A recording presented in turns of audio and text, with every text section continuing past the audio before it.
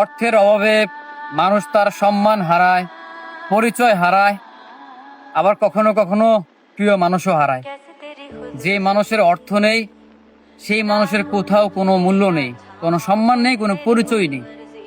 কখনো কখনো দূরের মানুষ দূরের কথা, আপন মানুষের কাছ থেকেও সে সম্মান হারায়, সে ভালোবাসার বিপরীতে অবহেলা পায়। পুরুষকে কখনো তার সাফল্য ছাড়া কোনো মানুষ ভালোবাসেনি, আমার মনে হয় না কোনো মানুষ ভালোবেসেছে বা বাসবে। অর্থের অভাবে পুরুষ মানুষ শূন্য, আসলেই শূন্য।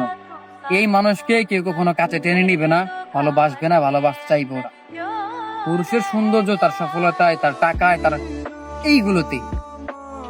মানুষের কাছে গিয়েও দেখলাম মানুষ দূর থেকেও সুন্দর, কাছে তখনই সুন্দর যখন আপনার অনেক অনেক টাকা আছে, আপনার সফলতা আছে, এই মানুষগুলো আপনার কাছে আছে। তখন যখন আপনি শূন্য, হ্যাঁ, এই মানুষগুলো আপনার কেউ নয়, ছিল না, কখনো হবেও না।